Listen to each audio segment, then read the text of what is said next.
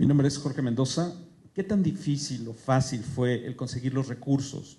La inversión fueron 60 millones de pesos. Fue muy difícil, sobre todo en la parte privada. Luis Mandoki ha tenido una actividad política que no simpatiza con el actual régimen. Entonces yo fui a ver a Consuelo Sáizar del Conaculta y le dije, lo único que se solicita aquí es juego limpio, que no haya vetos y que no haya censura. Y Consuelo Sáizar cumplió, porque recibimos recursos del Conaculta, de la Secretaría de Hacienda, del Fidecine, del Eficine, en fin. Donde tuvimos problemas fue con la empresa privada. Las empresas privadas no quisieron colaborar con nosotros porque el mecanismo del Eficine es que el subsidio que da el gobierno se filtra por una empresa X, la empresa privada, que ha pagado los impuestos, y entonces se acredita el pago de impuestos, pero el sacrificio lo hace Hacienda. El dinero no lo ponen las empresas, lo pone el gobierno. Pero la empresa en realidad ejerce la calificación del proyecto y la censura. Entonces, muchísimas empresas no quisieron entrar a este proyecto, de ninguna manera. Es notable que quiso entrar el banco HSBC, que tiene un programa de apoyo a migrantes. Es notable que no nos quiso ayudar, por ejemplo, Marcelo Ebrard, a través de la Secretaría de Cultura, no quiso hacerlo. ¿Perdón? De Cultura, la Secretaría de Cultura. El gobierno de la ciudad no nos quiso ayudar, a pesar de que la señora esposa del jefe de gobierno es hondureña, no quisieron participar. Televisa quiso participar. Desde el principio conocieron el proyecto y desde el principio se entusiasmaron con nosotros y entraron. El Banorte no quiso entrar porque era muy feo, se veía muy feo México. No quisieron entrar, entonces algunos sí y otros no.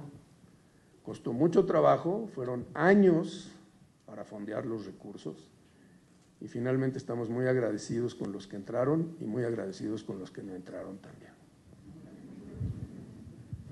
Por acá. Buenos días, muchas felicidades por este proyecto.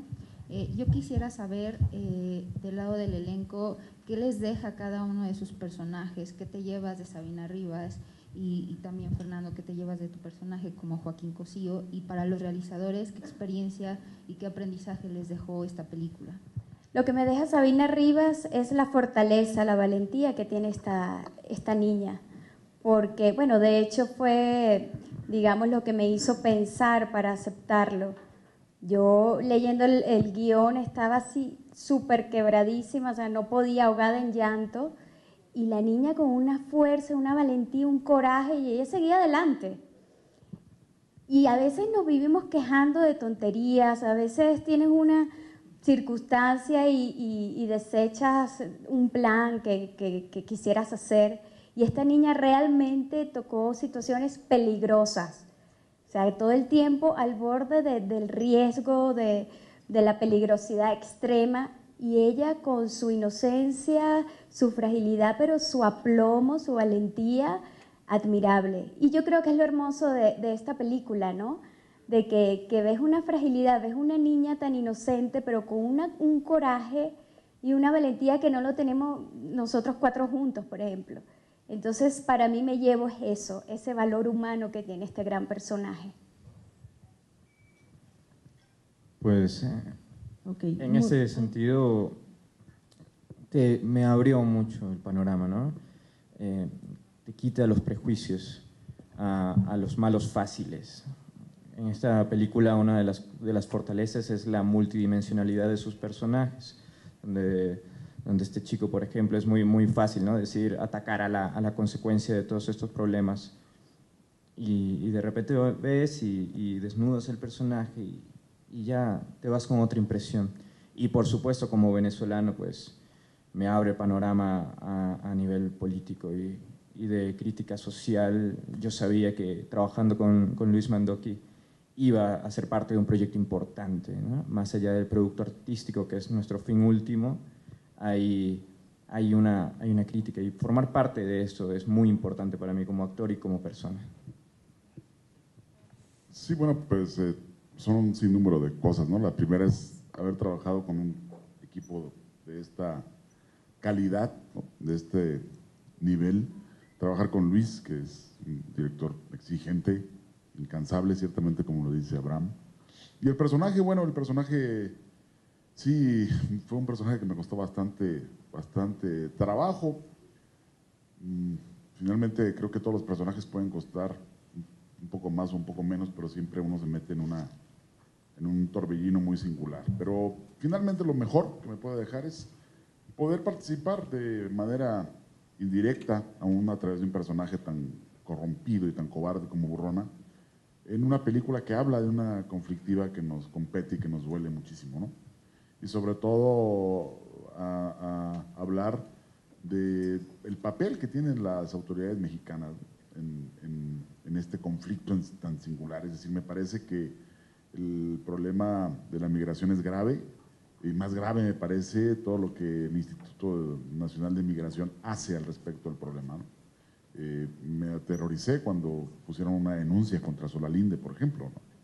Eso me pareció atroz. Entonces me siento contento y orgulloso de poder participar en una película que denuncie ese universo de corrupción.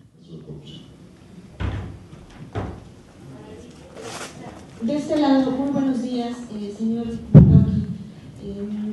La novela enmarca de una manera muy cruda el tema de la mar, que ya se ha visto en muy pocas películas. En esta se retrata de una manera muy fuerte. ¿Qué tanto se apegaron a la novela en esta adaptación? Y también, ¿qué tanto les preocupa? Porque también se habla un poco de un nexo de contubernio con autoridades de migración en este tema de la Mara. ¿Qué tanto les preocupa de lo que puedan decir las autoridades federales? Bueno, sí, digamos, el guión está estrictamente basado en la novela. La novela era tan rica y tan bien documentada, pero también, sobre todo, tan bien escrita que aunque claro que después Abraham y yo y el equipo hicimos un trabajo de investigación y fuimos a la zona y hablamos con gente, etcétera, ahí estaba todo. En cuanto a lo demás, pues yo creo que es un tema, digamos, yo en ciertos momentos sí, incluso le comentaba a Abraham, ¿no sientes, Abraham, que estamos exagerando? O sea, por ejemplo, esa secuencia donde los agentes de migración detienen al tren y arrestan a unos cuantos y los demás se los entregan a la Mara.